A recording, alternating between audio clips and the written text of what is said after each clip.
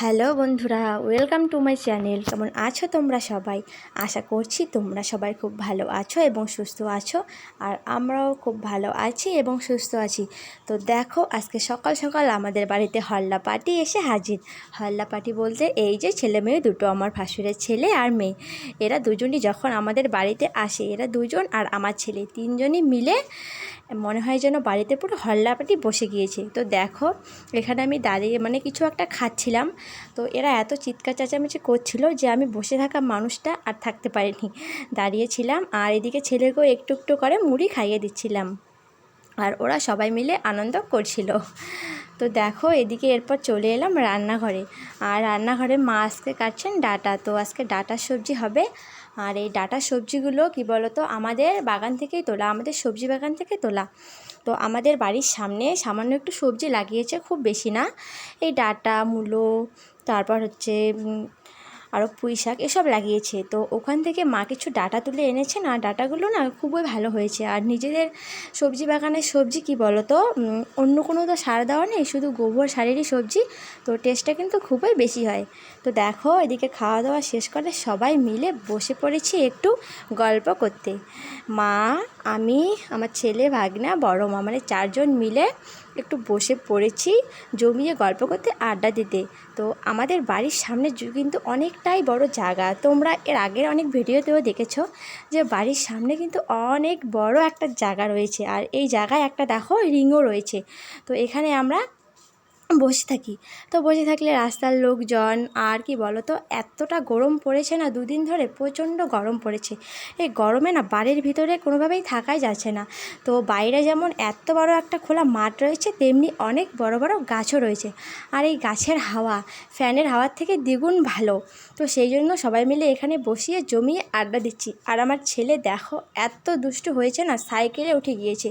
তো ভাগিনা তো প্রত্যেক দিন সকালবেলা আমাদের বাড়িতে আসে, আর এই 11টা-12টার দিকে চলে যায়। তো ভাগিনা সাইকেল নিয়ে বেরিয়েছে, বাড়ি যাবে। তো আমার ছেলে খুব জেদ করছে যে ভাগিনা বাড়ি যাবে আর ছেলে ভাগিনা সাইকেলে উঠে ঘুরবে। তো এতটা পরিমাণে জেদ করছে না, কি বলবো। তার জন্যে ভাগিনা বাধ্য হলো ওকে একটু সাইকেলে নিয়ে ঘোরাঘুরি করতে।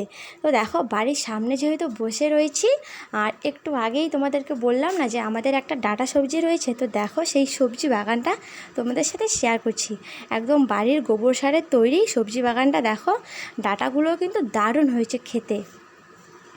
আর এদিকে দেখো, একজন চলে এসেছে বাড়িতে। তো এরা বাড়িতে ঘুরে, তোমরাও জানো, তো চাঁদা তোলে। আর মনে করো খুব গরিব দুঃখী মানুষ, তা তারা ভিক্ষার জন্য বাড়িতে আসে। তো আর আমাদের বাড়িতে তো প্রত্যেক দিন, যেহেতু গ্রামে বাড়ি, আর গ্রামগঞ্জে কিন্তু এগুলো একটু বেশি দেখা যায়, প্রত্যেক দিন 2-3জন করে আসে।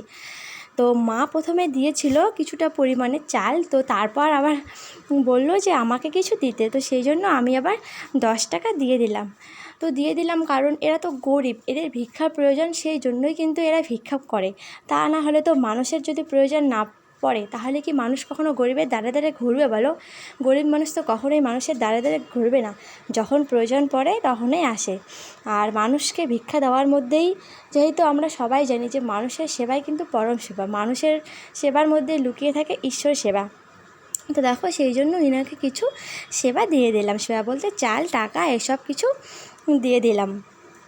আর ওনার সাথে একটু গল্প করছিলাম, জিজ্ঞাসা করছিলাম যে ওনার ছেলে আছে কি না, এসবই জিজ্ঞাসা করছিলাম। আর খুবই বয়স্ক মহিলা, তো এই গরমে রৌদ্রে বেরিয়েছে, তো খুব মায়াও লাগছিল। তো আমাদের এখানে গাছের ছায়ায় অনেক একটুখানি বসেই ছিল, তো সেই জন্য একটু ওনার সাথে গল্প করছিলাম। আর ভিডিওগুলো না আমার বর করে দিচ্ছিল। তো কি বলো তো, এদিকে আবার আমার শাশুড়ি মা বলছিল যে বৌমা, তুমি প্রত্যেক দিন এই যে বাড়িঘরের কাজ এত ভিডিও করো, এইগুলো কি প্রতিদিনই লোকে দেখে? আর কি বলো তো, আমার শাশুড়ি মা আছে না, যেহেতু মারা আগের দিনের মানুষ, তারা কিন্তু ইউটিউব সম্বন্ধে এত বেশি কিছু জানে না, তারা এত বোঝেও না। হ্যাঁ, আমি ভিডিও করি, তারা আমাকে সাপোর্ট করে যে ভিডিও করি। তো আমি বলি যে ভিডিওগুলো দেখে লোকে, তো মা বলে কি প্রতিদিন কি একই ভিডিও দেখে? তো আমি বললাম বললাম হ্যাঁ আমি তো হাউস ওয়াইফ, আমি তো বাড়ির বউ, তোমাদের বাড়ির বউ, আমি তো আর চাকরি করি না। তো আমি যা পারি আমি সেটাই ভিডিও করি, আমার পক্ষে তো আর অন্য কন্টেন্ট তৈরি করা সম্ভব না। আমি বাড়িতে প্রত্যেক দিন যা যা করি সেই কন্টেন্টই তৈরি করি। আর আমাদের মতো হাউস ওয়াইফরা আর কী কন্টেন্ট তৈরি করবে বলো তো? হাউস ওয়াইফদের আর স্বামী, সংসারের কাজকর্ম এইসব ছাড়া আর কী বা আমাদের আছে, আমরা আর কী বা করতে পারি? তো এইসব কথা বলে মাকে বুঝিয়ে দিলাম। মা বললো আচ্ছা ঠিক আছে। তো বয়স্ক মহিলা অত কিছু বোঝেন না। তো দেখো এদিকে একবারে চলে এসেছি সন্ধেবেলা, কাপড় চোপড়গুলো গুছিয়ে নিচ্ছি। আনলাটা কি বলো তো, খুব এলোমেলো হয়েছিল তো। আর সন্ধেবেলাটা আজকে একটু ফ্রি ছিলাম, কারণ ছেলে না ওদিকে ঘুমিয়ে পড়েছে। তো ভাবলাম যে ছেলে যখন ঘুমিয়ে পড়েছে এটা একটা সুযোগ, এই সুযোগে আমি আমার কাজগুলো সেরে নিই।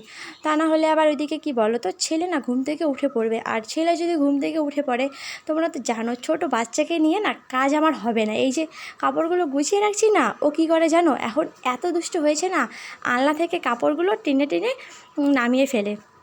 তো ভাবলাম না এই সুযোগে কাপড়গুলো গুছিয়ে নিই।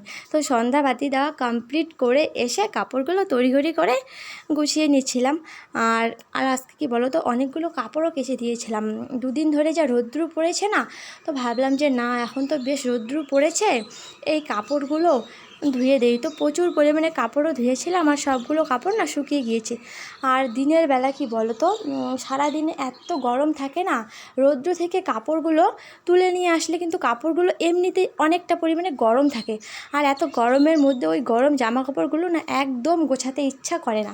সেজন্য সন্ধেবেলায় ফ্যানের হাওয়ায় বসে কাপড় চোপড়গুলো আমি গুছিয়ে নিই।